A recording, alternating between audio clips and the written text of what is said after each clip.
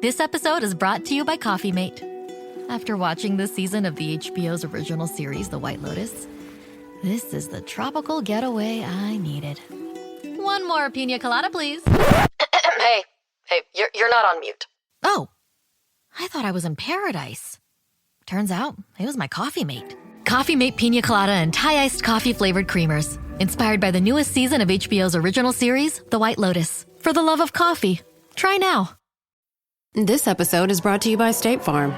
From your morning podcast to your afternoon playlist, State Farm knows you personalize your entire day. And that's why State Farm helps you personalize your insurance with the State Farm Personal Price Plan. It offers coverage options that help protect what you care about most at an affordable price just for you. Like a good neighbor, State Farm is there. Prices vary by state. Options selected by customer. Availability and eligibility may vary. This is a message from sponsor Intuit TurboTax.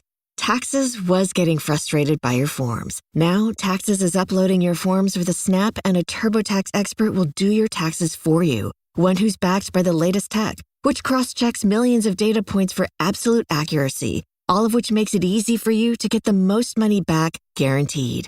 Get an expert now at TurboTax.com. Only available with TurboTax Live Full Service. See guaranteed details at TurboTax.com/guarantees. What I learned from the Natural Trade West Expo, age is just a number, and some other useless updates. Enjoy! Stay alive, go and play outside. I can't be cool forever, but I can stay alive. Jesus was a carpenter, my daddy sold TVs. My mom watched other people's kids and anticipated needs. And when we go down to get groceries, I would flip through magazines. My name is Jeremy Quintanilla. You might remember me from such businesses as 3T Warrior Academy, which helps bring a financial education to people inside of the academy, whether it is cryptocurrency, businesses, fitness. Again, you can check that out, 3twarrioracademy.com. You might also know me from a business such as Q Financial or Freedom Insurance. We do life insurance, we do bookkeeping, we do taxes. I am building a conglomerate of companies. You might know me from Age of Radio, which is what I'm going to be talking a lot about today. But again, if you're tuning into this show for the very first time, this show are my business adventures and my side quests as I build my business and my community and my tribe. And occasionally we have guests on here to talk about their journeys, which is something I'm going to talk about today as well. If you have never listened to this show before, you might be like, why does the audio sound weird today? This is one of our LoFi episodes. And so the point of this is to bring different ways in which you can podcast for very inexpensive. So today's episode, I am using, this is a little bit more expensive though, but it is pretty low tech. I'm using an H1N by Zoom, the older version. They just released the new version. We are big fans of Zoom, or I'm a big fan of Zoom. I use a lot of their products, whether it's through recording, music, whatever the case is, but I like their products. I have their H6, I have their R4, I have their H1N, I have their L8, I'm probably gonna get some more of their products as well, just because they're products that I really love. And they do audio recording for podcasters, audio recording for professionals, and they also have music equipment as well. They have stomp boxes that are fantastic. I shouldn't say that. They look fantastic. I've never tried them, but as I build a pedal board deck here over the coming years, I will be adding some of them to the collection. I'm also recording this on the road, so coming back from Anaheim, California, from the Trade West Expo, which I'm going to be talking a little bit about that. And I'm recording this through my Go Wireless 2.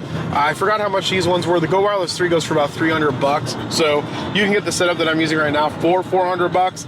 I know that's a little bit more expensive than some of the other lo-fi stuff. That's why I try to do this with different stuff, because that's what makes the lo-fi so fun, is that we can find different ways to record and still bring good audio to the masses. Because again, I know we're going into an area of authenticity, and so it's very, very important that people just find ways to share their stories, and that's something that I'm very, very passionate about.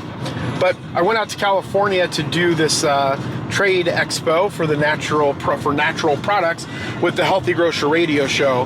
The Healthy Grocer Radio Show was a show by a gentleman by the name of Saphir.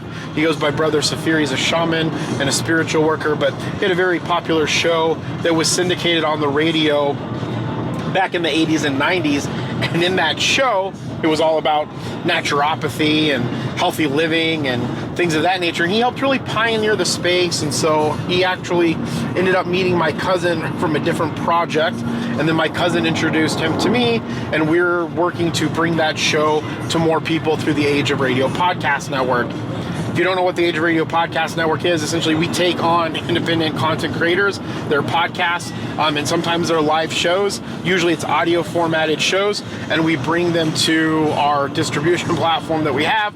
We help distribute it, we help grow it.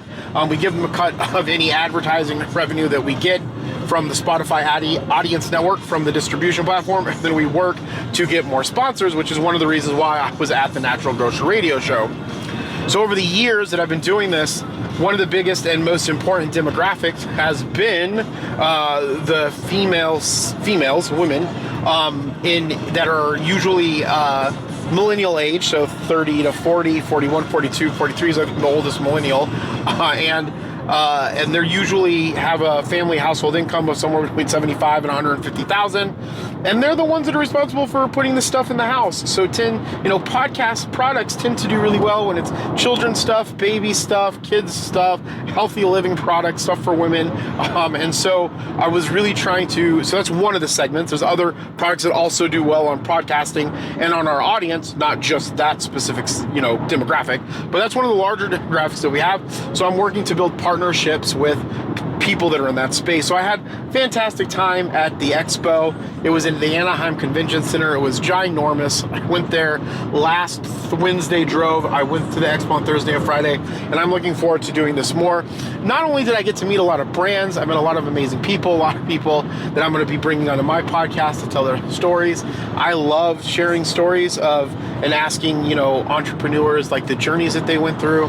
But I wanted to talk to you a little bit about some of the, big things that I kind of learned from this. So one of the biggest things that I learned from the expo is that it's super, super important. We always have that. If you work really hard, you will get far. And so there's that saying, it's not always what you know or it's who you know.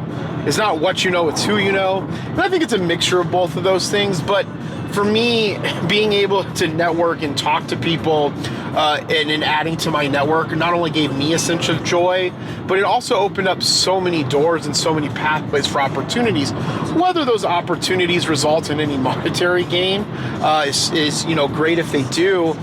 But even having those people come on and tell their stories and helping me get content and sharing the products that they're doing, that's one of the most important things to me. And as I do more of these outreach and more of these conversation pieces and hearing other people's stories, I just get a lot of passion in that more than I thought that I did. And that's why I want to do more of it. One of my fears was making my show, Age of Jeremy, which is what you're listening to, my show more focused on, having interviews. There's everybody's doing interviews. So I wanted to add these other elements and other pieces to this specific podcast. But one of the things that I do realize is I do enjoy the interview process. Doing our Mercury show that's on our Instagram, Age of Radioverse, where I'm the host of that.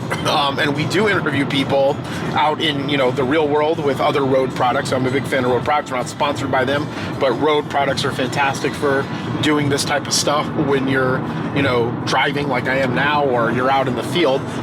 So are Zoom products as well. They're just not made for this type of creation piece. But going out there, I find a lot of passion in that. And that's one of the biggest things that I learned from it.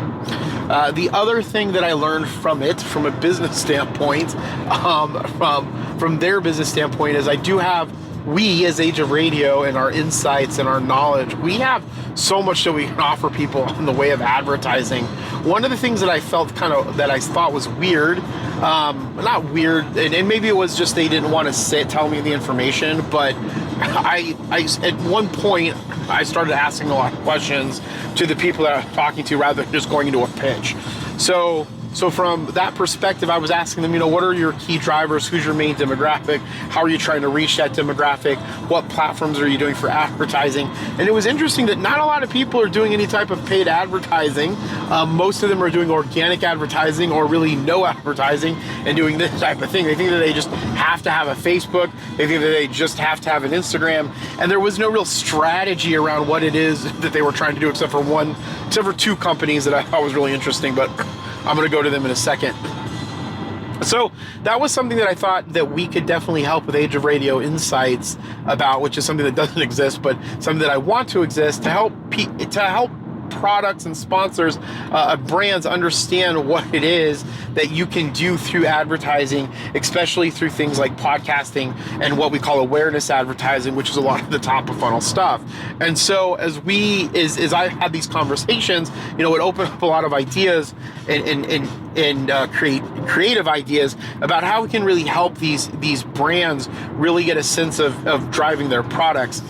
A lot of the times, and from a lot of the people that I met, they just want sponsors because they want money, right? They want to start a show. They want to get that podcast out there, their content out there, because they're trying to make money from it.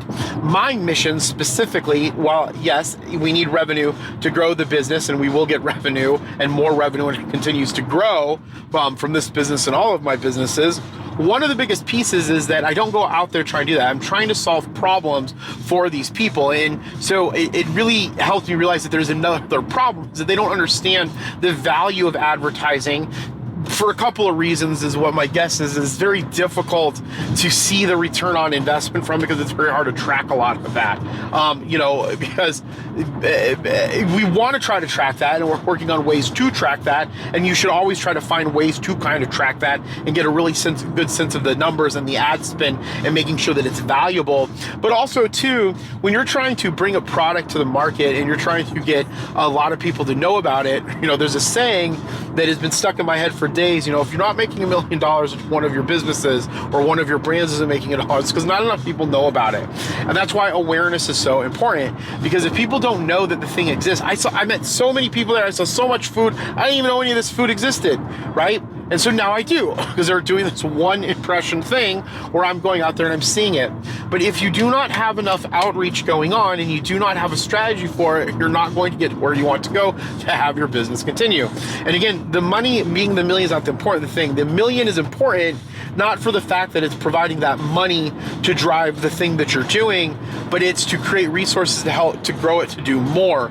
So when I was talking to a lot of these founders at this event, one of the things that I kept telling them was like, look, I have these other businesses. We got these businesses off the ground. I'm taking that capital. I'm investing it more into this business. And I'm here to build partnerships with you because I believe that we have an affinity audience for the products that you're selling, whether it's a health and wellness show or whether it's a true crime show or whether it's a movie show or an entertainment show or whatever the case is.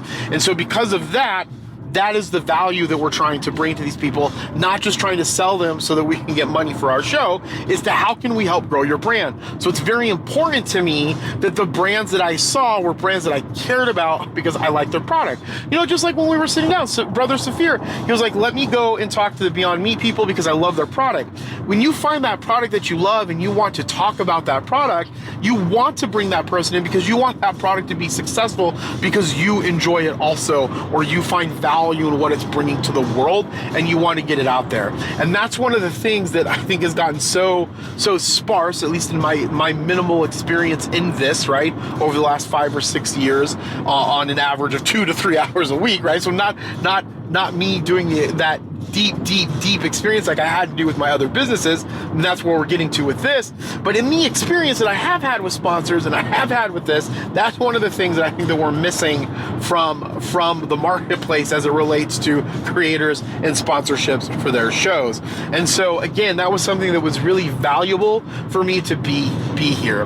The third thing that I found a lot of value in the Natural West Expo, and real quick, I don't think I did a strong enough job explaining this in the beginning, is that the Natural West Expo is a giant trade expo where natural products, and even in some cases non-natural products, had booths across the entire Anaheim Convention Center, trying to get people to test their product, to taste their product, to find suppliers, to find retailers, to find wholesale distributors, to find investors, all kinds of stuff.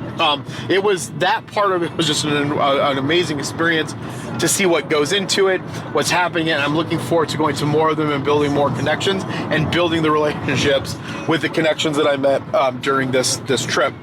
So then the fourth thing that I learned was I really got to hone in on my elevator pitch.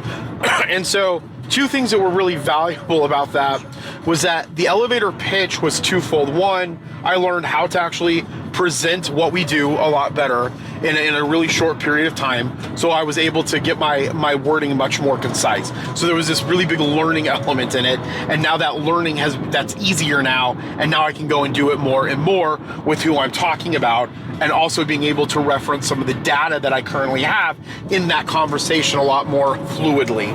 So that gave me that kind of experience. And that was one of the key reasons why I wanted to go out there, is I wanted to talk about it over and over and over and over and over and over and over again to people, because that's how you get really good at expressing yourself and finding like pieces that are not doing well in what you're trying to explain, and getting them to be able to understand it. Because at some points in time when I was talking, it looked like they didn't understand what I was saying, so I backtracked, got further questions, asked them further questions to understand where that mismatch was, and then I was able to explain it better. And from that, I was able to kind of get the elevator pitch a lot tighter on what we offer and how the advertising works and why I was there and what I was doing and who we were.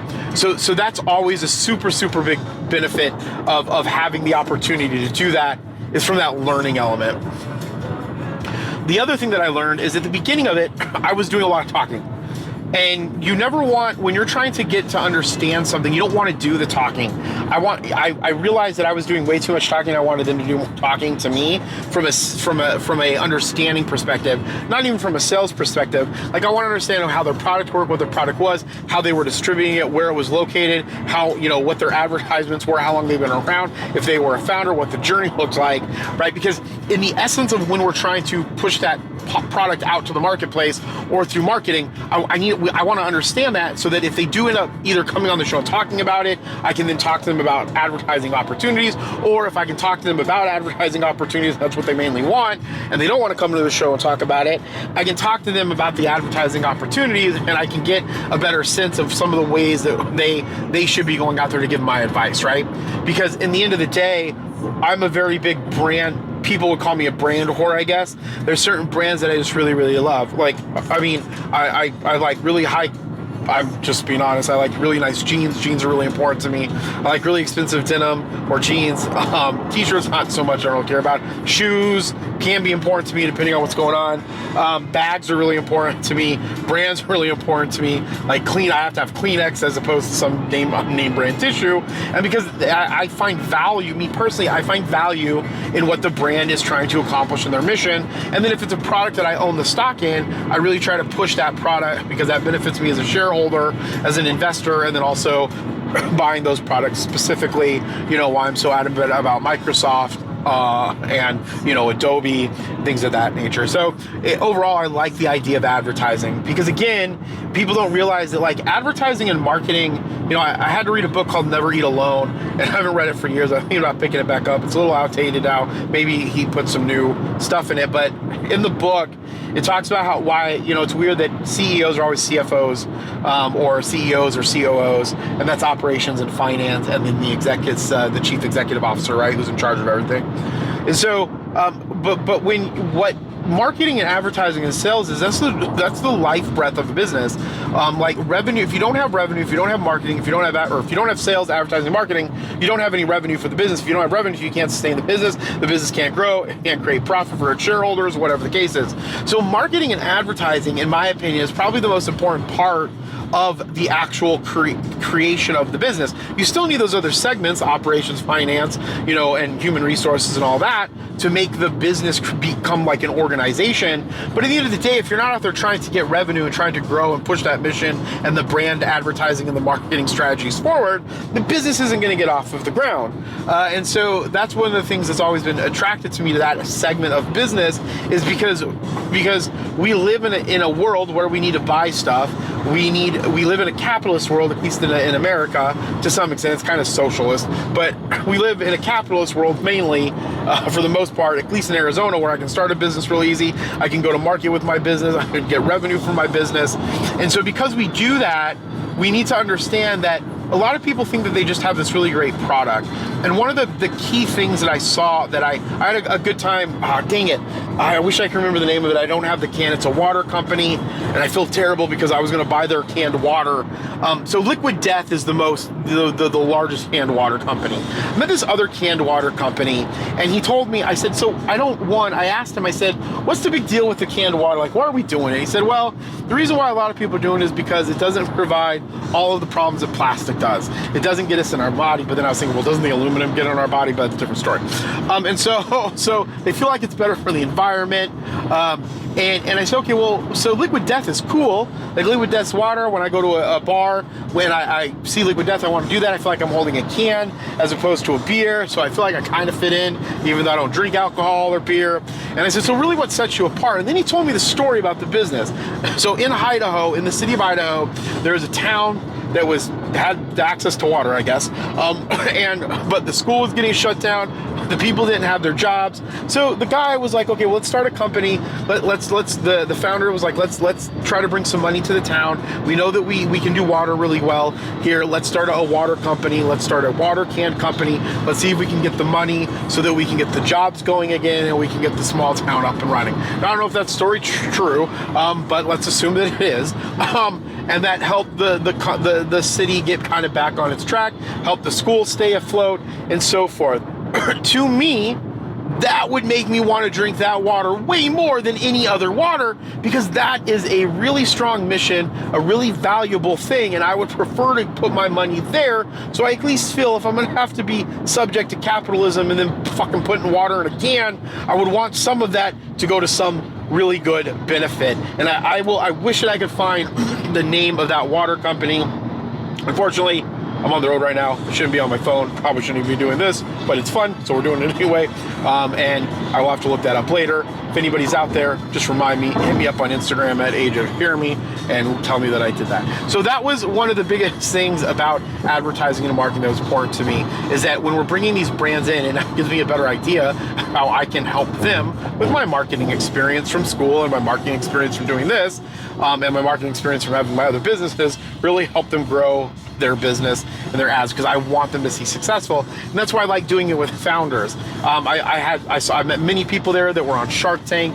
I met some that were one of them was really, really nice. The other one was kind of a little bit rude. I won't say who, but there was another one there, and I thought that he was a little bit rude. But anyway, but he was still a nice guy. I'm still going to give him an opportunity. I'm going to have his wife come on the show and all these things, but I'm not going to say the name because I don't want to badmouth anybody. But I had a blast, and those were the things that I think that I learned the most. So I encourage you, if you are involved in podcasting, go out there, get some. You don't have to be an extrovert. I'm a huge extrovert.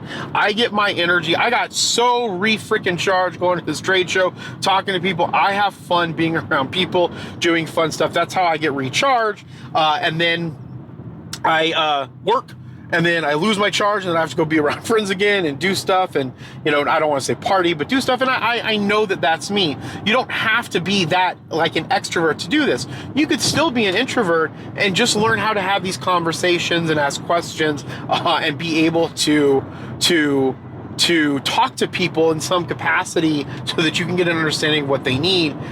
Because one of the things, especially if you come onto our network in the future, it's really important that like Age of Radio is just like a supplemental piece that can help manage the thing and help grow you. You still need to be going out there and talking to people, sharing your show, doing advertising yourself, having your brand, building your brand, and then we can help supplement that as you move forward. And that's one of the biggest things that I explained to a lot of the people that I was talking about how our network works. The other really cool thing was I did meet a really big influencer. The Badass Vegan was there. It was a super nice guy.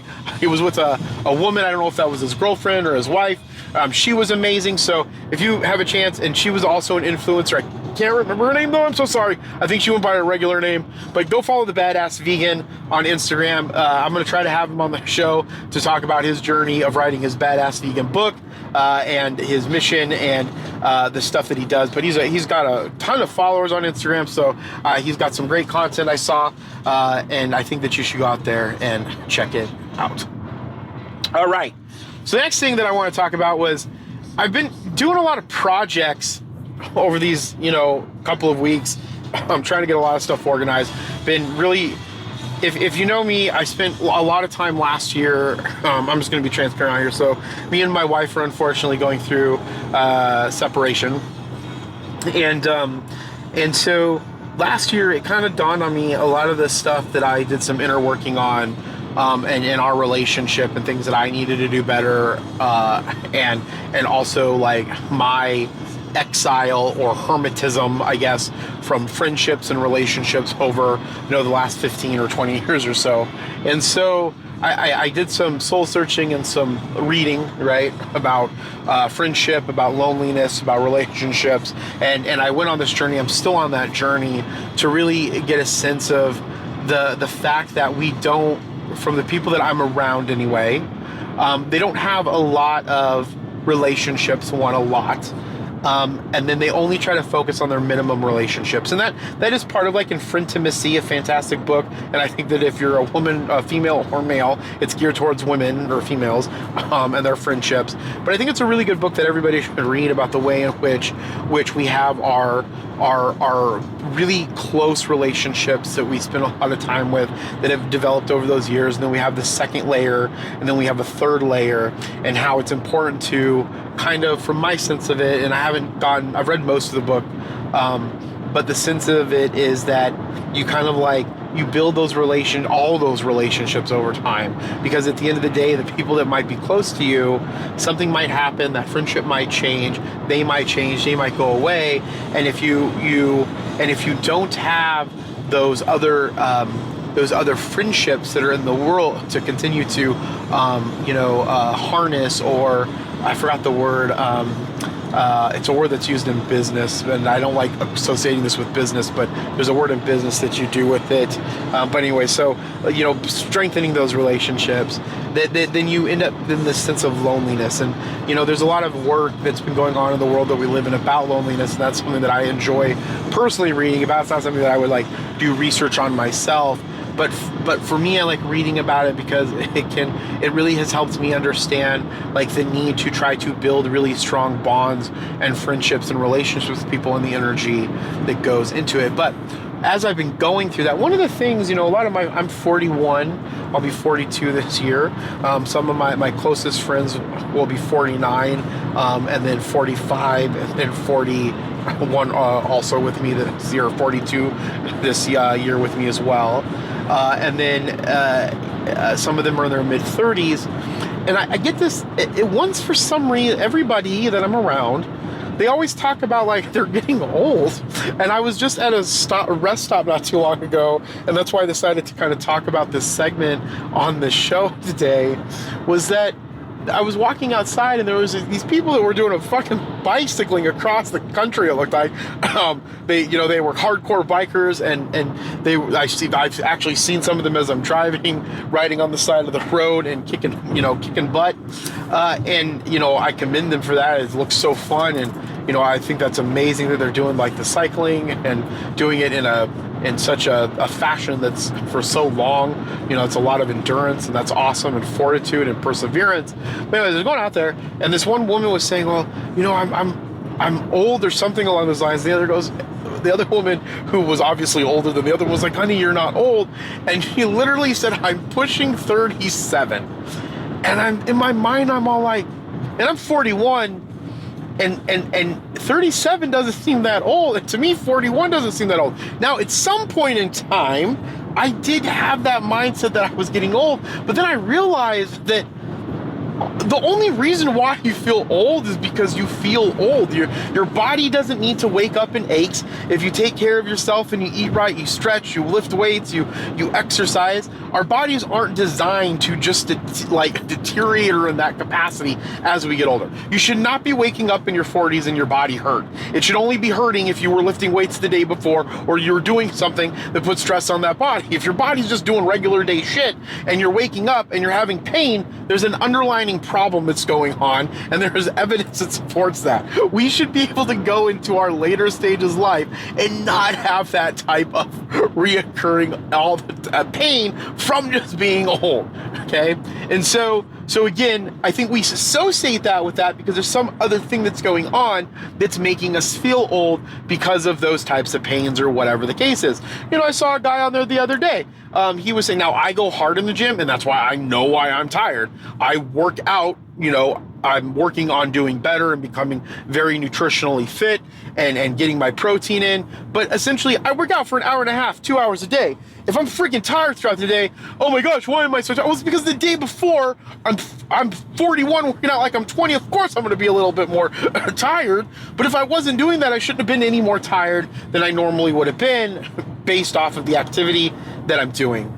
And there was a gentleman that was saying this in a post that I saw, and I thought that was great advice. Like, if you train like you did when you're 20, then of course you're going to be freaking tired because your body's not 20 anymore.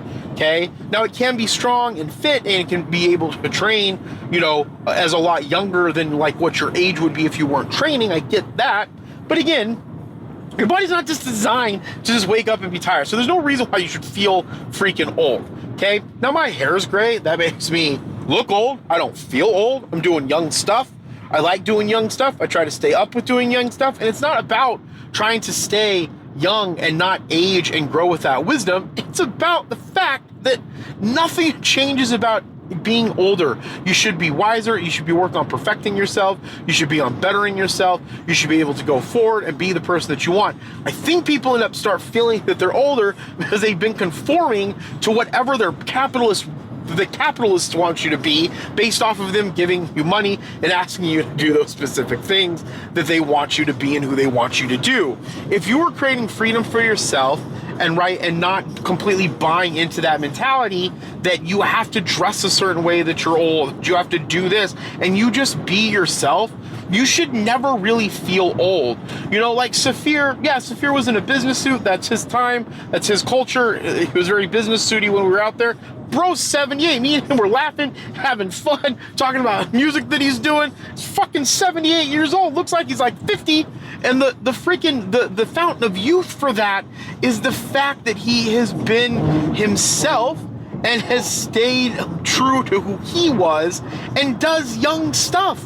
Not to stay younger, but that's the stuff that he enjoys doing, right? So like if you like skateboarding, you still skateboard. Like there's nothing that says that when you're 40, you have to stop snowboarding, stop surfing, stop skateboarding, stop cycling, stop going out and having fun, staying home, traveling. You can do whatever it is that you want as you age, and it breaks my heart that everybody's like, oh, I'm getting so, yeah, you're getting so fucking old because you keep telling yourself that. I have a friend that said, oh, I'm getting towards the latter years of my life. I want to start settling down. Like, settling down to do what?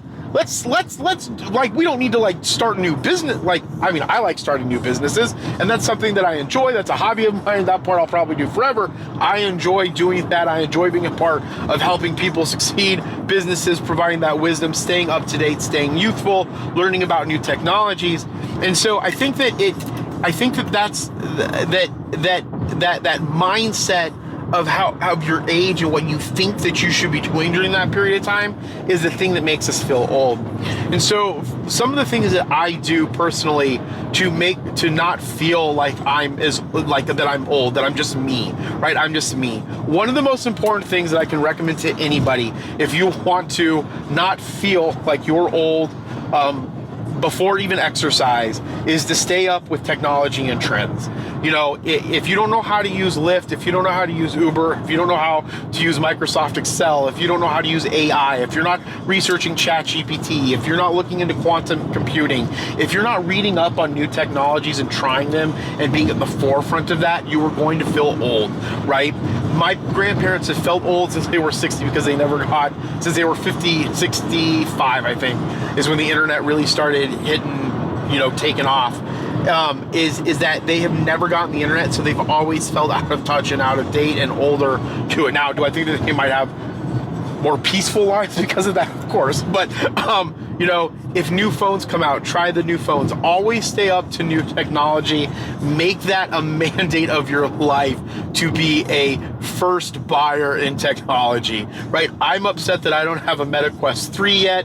As soon as the Switch comes out, I'm buying the Switch. A new Surface came out. I have a Surface that I bought last year that I haven't opened yet, so I'm going to stay with that one. I have ChatGPT. I'm trying to understand quantum computing more. I want to take a class on it. Stay up to date with the trends that are going on in the world, whether it's technology, and then keep up to date on the trends that are going on in your specific industry, like finance. I try to stay up on the finance stuff, the marketing stuff, the CEO stuff, the governance stuff, the advertising stuff, the education stuff, the online platforms, the tech that's out there. Now I can be I can be very rigid on once I find something I like staying with it, even if there's something that may cost less that does more. That's something that I need to work on too. But point is that I'm still working to learn as much as I can about that stuff. So technology, if you stay up to date with technology, you will feel younger, you will feel up to date with what's going on with younger people and the things that they like. And because of that, you won't feel like you're so far separated from what's happening, and you won't feel older. So that's the first thing. And then the second thing is, again, there's a third one that you're like, why wasn't this the first and the second one? The second thing is learn as much as you can in general. If you make time just to learn stuff. If you learn stuff, especially if you're learning language or I really recommend people learn languages or they learn musical instruments, because music's kind of like a language. And in the way in which it creates new synapses in your mind, and that's the key.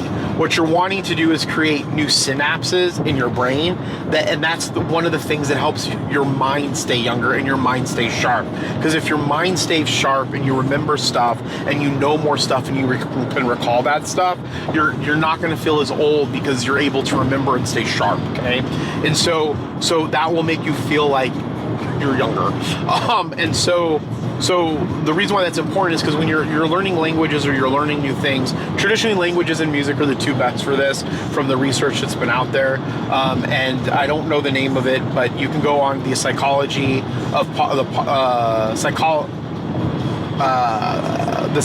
podcast. It's like the Association of Psychology. It's their main podcast for the association.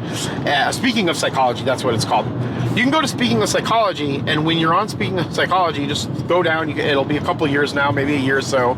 But there's a person that put a book out learning that researches learning and development in people and Alzheimer's and learning new things. And one of the things that she was saying, that language and music, these like when you're learning these things, they're the most important things to creating new ways in which your brain to retrieve information. So when Alzheimer's happens or when memory loss happens, different synapses, and again, I'm not a neurobiologist, so if I'm saying completely, I might not be saying this 100% accurate, but the way that I understood it was that there's synapses in your brain that die off or get old or I don't know, something happens to them. And when you are creating new synapses or new pathways in your brain from learning language and from learning language and having and music, it allows you to recall that information in a different way so that then you can get that information. So for example, if I'm used to just driving one way down the street, like I'm going one way right now and everything's slowed down. If this was completely shut off and I didn't know another way to get around the situation, I would slow down. But if I had a new way to get around the traffic, then I would be able to get to my destination. And that's kind of like what this concept looks like from the synapse perspective, is that you're able to get around the traffic or get around the blockage to get the new information. And that's the reason why it's important. And so I would say that one, obviously, to stay young, you learn technology, learn new technology, study technology, learn everything you can about technology. Two, learn languages, music, learning puzzles, learning will keep you younger. And then third, exercise. And there's a fourth one. But exercise is so freaking important that it is one of the main things, besides those other the learning things that I said about music and language, that help you reduce Alzheimer's, that helps you keep your memory tight, that helps you keep good, that helps you keep you fit, keep you sharp, keep you young, is exercise. So you have to get out and exercise 32 minutes to an hour every day. And on the days that you have off days, do yoga, stretch, walk, just don't go hard, still stay active. And those things keep you young. You know, I've seen it from just my own grandparents, you know, when they kind of like stopped doing their walks, when they stopped staying active, that's when more of the age set in the extent of the way in which their body reacted to things, the way that their body thought of things. And so it's so important that you are doing those activities. And then the last one is meditation and contemplation. I know that we say meditation is so important. I'm going to say meditation in a different way though. Yes, regular meditation, it'll help with compassion, it'll help you stay present. But it does that, which is one of the things, and I'm gonna come back to that in a second. But the other thing, that when you're meditating, maybe for a little bit during your meditations, think about what you did for that day. Like replay the entire day. It's gonna help with your memory. It's gonna help things slow down. It's gonna help you think of the things that you did through that day, and it's gonna help you teach you to be present, which is that second part of meditation that's so important for age, is staying present. Because right now, like this trip is flying by because, you know, yesterday when I was at the Trade Expo, it was slow because I was at the Trade Expo doing Trade Expo stuff. It wasn't flying by to me because I was in the moment. Right now, I'm not in the moment. Right now, I'm driving, I'm talking to you, I'm thinking about getting home, all the stuff that I have to do. I'm not right here driving. I was just right here driving, listening to music. This drive would probably be a little bit peaceful. It would be an extent where I'm just driving. Time might be going slow. I go, oh, this is taking so long, whatever, because I'm not trying to rush it. Time seems to go fast for a couple of reasons. One is because you have less life. One of the thoughts is that you have less life ahead of you than you have behind you at that point, and that's why life tends to go faster. I don't buy that 100%. I think it's more of because we're not present and we're constantly trying to rush through our day. When we're at work, we're not thinking about work. We're thinking about being home. When we're at home, we're thinking about work for some fucking reason. We're thinking about something else that we want to do, or things that are bad about our life, or what we need to do on the weekends. We never plan and just sit and be where we're at. And when we do that, it makes life go by so fast. We need to slow down, find ways to slow down, find where things don't seem always rushing, and we can be where we're at and not just stuck in our mind. Because when we can control that, we can control our time, we can control the way in which we perceive the world. And I think when we do that, time slows down. And for me, I've felt that it has slowed down since I started doing a lot of those specific things. And I don't buy into the thing that life is going fast because we're on our right trajectory. I don't buy in any of that. Life is going by fast because we're not where we're at. We're always thinking about being someplace else. We're always thinking about something else, and we're not taking things in a structured, planned way, so that we stop getting interrupted with the things that are happening in our life. And you can look at Attention Span, a fantastic book that I recommend people read that has to do a little bit with, how we get distracted about things and how that creates our anxiety, how that makes us feel like we're rushing through life. And again, meditation is very, very important with that. All right, the last thing that I want to talk about is just give you kind of some updates. Some of these things I usually talk about with books. Books are really important to me. Learning is really important to me. And I just want to share with you guys the things that I'm learning, things that I'm going through, business related and or otherwise. So one of my biggest pathways is to get into politics to help make the great state of Arizona better and brighter and provide leadership for the state, for the people that are in the country throughout the union. And so I've been reading Lyndon B. Johnson's biography And it's good, but can be so like just factual. It's not like there's some portions where Robert Caro goes into like really good storytelling, but it's more of like this terse, like here's a fact, here's a fact, here's a fact, here's a fact, here's a fact, is what happened, here's a fact, here's a fact. And so there's some ups and downs with it. It's taken me a long time to read. It's not that long a book. It's only like, I don't know, 700 pages or something like that. I'm in the 600th pages. Had this book for years.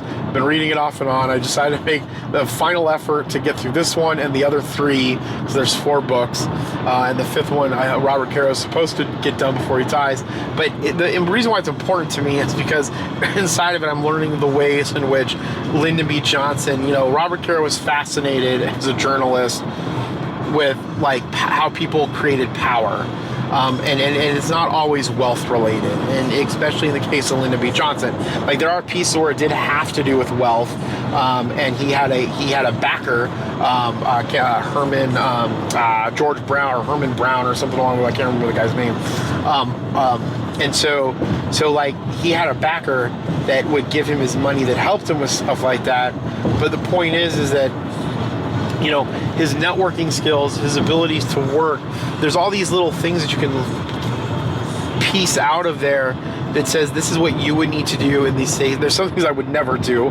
Like I'm always about, staying true to my values and my, virtuous and integrity, just because that's me and that's what helps me be free and that helps me be who I am. And I don't want to change who I am to get to a place of power. 1 and 2, I want to really help the people that are my constituents, and I really want to help the people who also believe in the things that I think that would be better for the state or better for the country. So there's certain things I went into, but when we look at his networking ability and how he rose to power, those are the things that I'm trying to extrapolate from it, and that's why I'm trying to read it, and all the things that he did wrong so that I can learn from it. And so unfortunately, the next book's smaller, but then the following book's like 1,400 pages. So like I'm working on getting much stronger at reading more of that on a regular basis rather than just a couple of times a week, so that I can knock those out. So I'm really excited about that. The other thing that I've just really, been into and getting more into my spirituality as it relates to mysticism, understanding the tarot better, astrology better, or more, or again. Going through some of the rituals and practices, and I came across a group of Burmese Buddhists called Wiza, and I've been trying to get some academic work on them that should be at my house when I get home, because I really want to read about that, and that stuff I actually do want to research and study and write about to some extent. So make sure that you follow my X account. That's where I'll be putting out some of these articles. I have a goal for the year to do at least a couple of them, just to get them out there between everything, and to digress, or to kind of go off track for a moment, don't try to do everything all at once. It's okay to do 1 and 2 things here a year.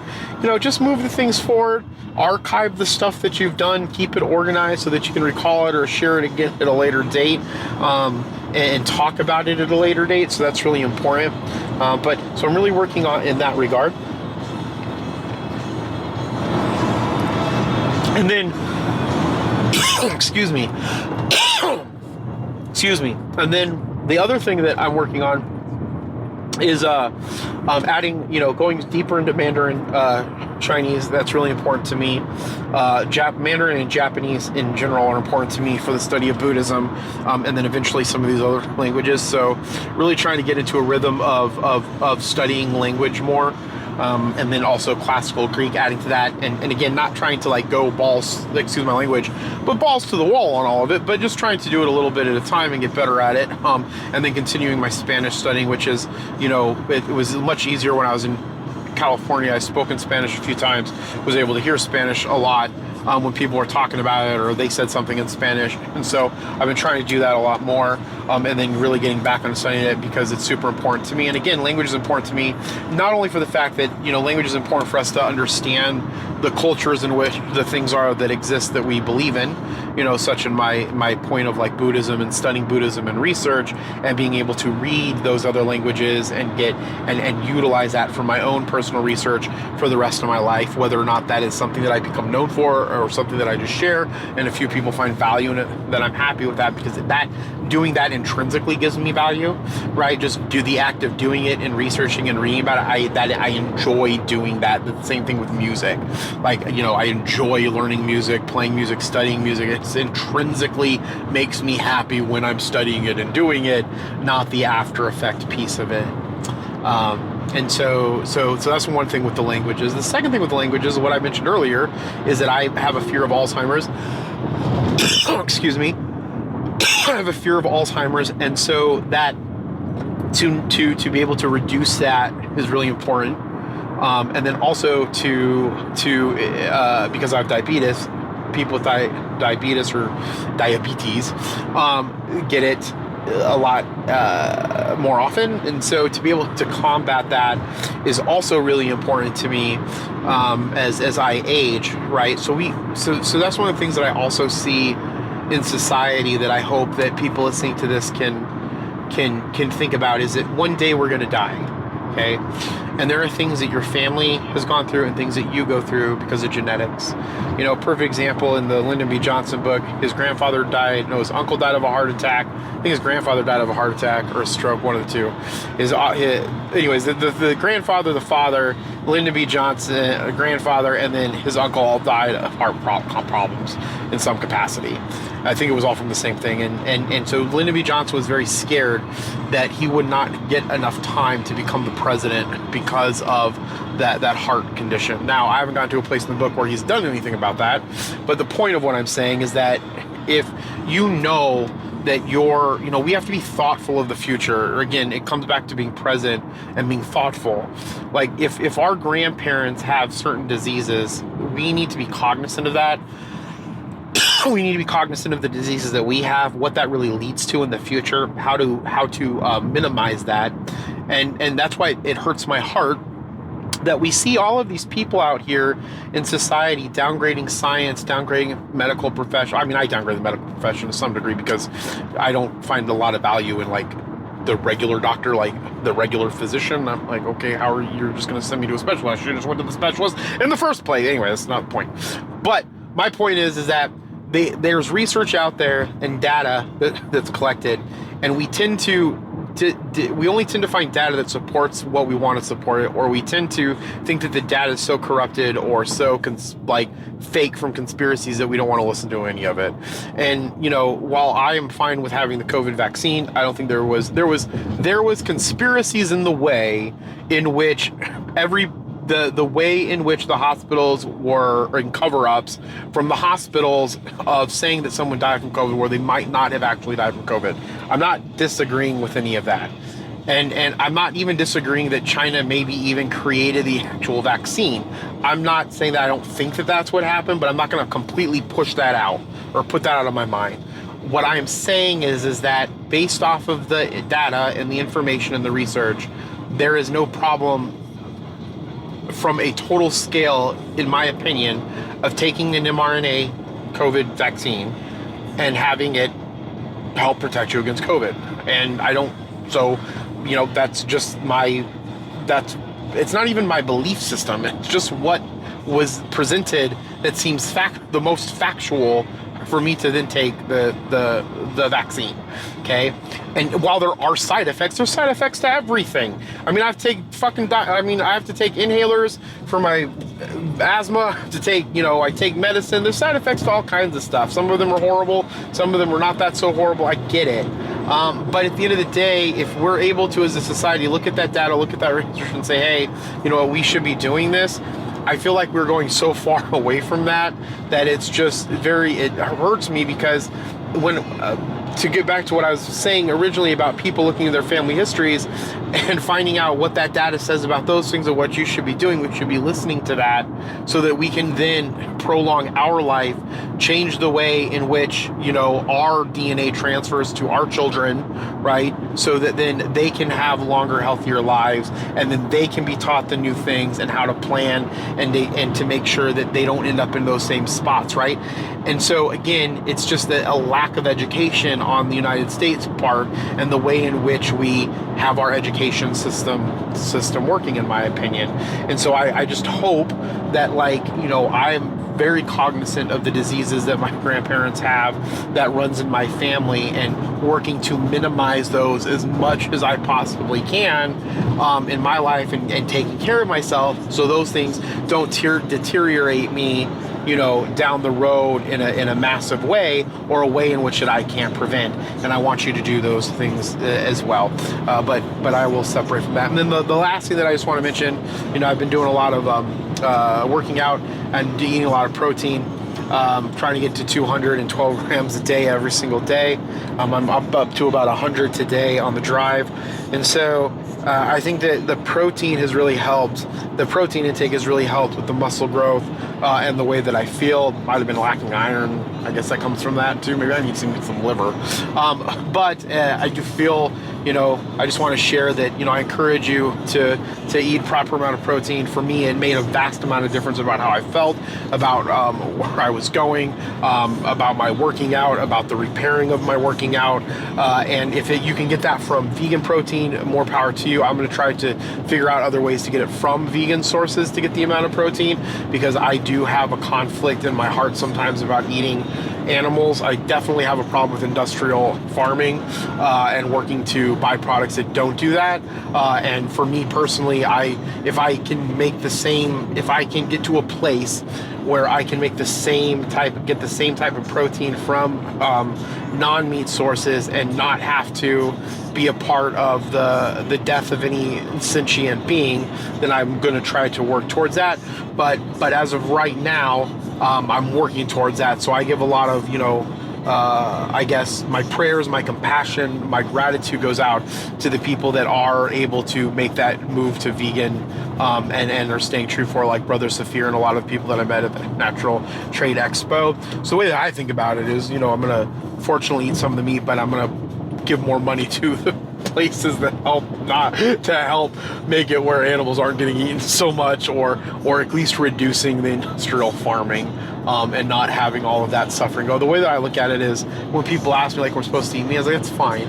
I don't personally believe that 100%, because I guess unless at one point in time our bodies were able to eat the meat without fire, which is possible.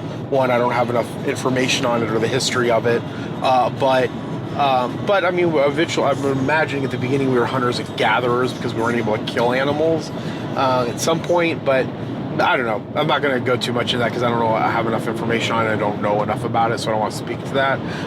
But what I do feel is that when the animals are killed in which the way that they are killed, or they are suffering, that suffering is epigenetic in them, and that is being passed on to us.